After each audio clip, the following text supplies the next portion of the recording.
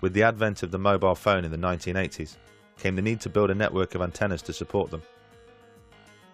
Since then, the telecom companies have erected over 5 million mobile phone masts around the world.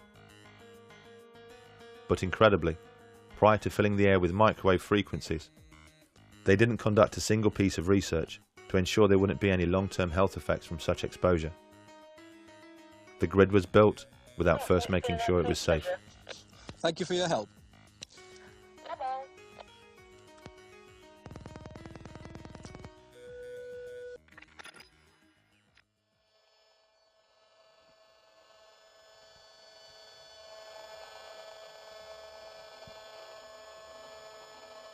So It's pretty ugly, isn't it? yeah, and it's constant as well. One thing you'll notice is it doesn't stop. It's 24/7. This is what's coming out of the mast. If you can see the mast, you're being exposed to it. Right. Frankly, even if you can't, you're being exposed to it if you're this distance away, because it'll pass through, concrete walls and things. It'll dampen it a bit, but not very much. If you're within 200-300 metres of the mast up there, this is what you're going to be exposed to 24/7. When you can hear it, it changes everything. It does. Imagine if you could see it.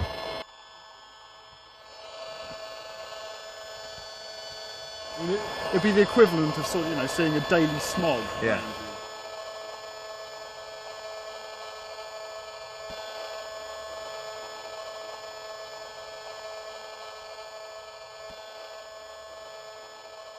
With a constant smog of man-made frequencies surrounding our daily lives, and no testing as to its safety, is there any wonder people's bodies have started to react? Well, it was almost 10 years ago, and I was in my 30s. No history of breast cancer in my family, and living a really healthy lifestyle. I'd been living next to a foam mast for many years, over 7 years by then. How far was that from? It was 100 metres from the house. Right, so pretty close. Yeah, and for years I'd been having symptoms which hadn't related to the foam mast, because I didn't know anything about the condition of electrosensitivity then. And I'd been having vertigo, sleep problems, headaches, sharp pains in my head. And I'd often visit the doctor only to be told it was either stress or a virus. And then, just out of the blue, I was diagnosed with breast cancer. And it was the biggest shock of my life. And at first I thought, well, it's bad luck, it's just unlucky, it's me. And started to go through my treatment. And it was then I started bumping into neighbours in the hospital. And I only lived in a small village. Right. And started bumping into other young ladies as well, who were neighbours. Young? How old? Oh, well, I was the youngest in my 30s, but the others were in their 40s or early 50s. Right, that's very young. And that was 5 of us all diagnosed at once, within 6 months of each other, with breast cancer. There were only 18 houses in the village surrounding the foam mast, so Eileen decided to conduct a survey to see if anybody else had suddenly started suffering ill health. What came back really frightened us.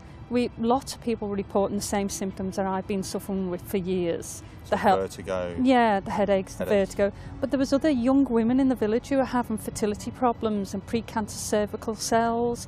Other young ladies who'd had breast cancer benign lumps, and there were other conditions of cancer as well in the area. One of our neighbours, who was only 51, had developed motor neurone disease, and he unfortunately died. And so we unearthed a horrendous can of worms.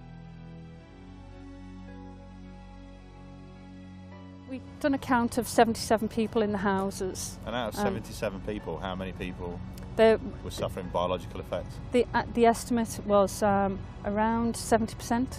People 70% of people who'd had effects over the years with biological effects, sleep problems, skin rashes, benign lumps or cancer. Yeah, it was it had a big impact on people in the village. I think this is a global, massive problem. We found since then that we were not the only cancer cluster around a foam mast. There are many cancer clusters around foam masts. And we'd worked with a local scientist where we looked at other foam masts that have been in areas for a long time and conducted other surveys and found other cancer clusters as well.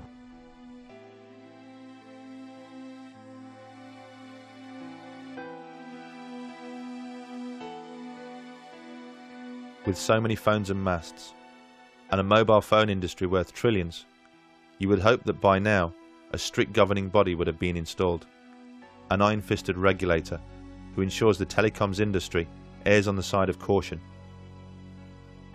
someone to set strict levels which protect the public, someone to ensure that what we're being exposed to is absolutely safe.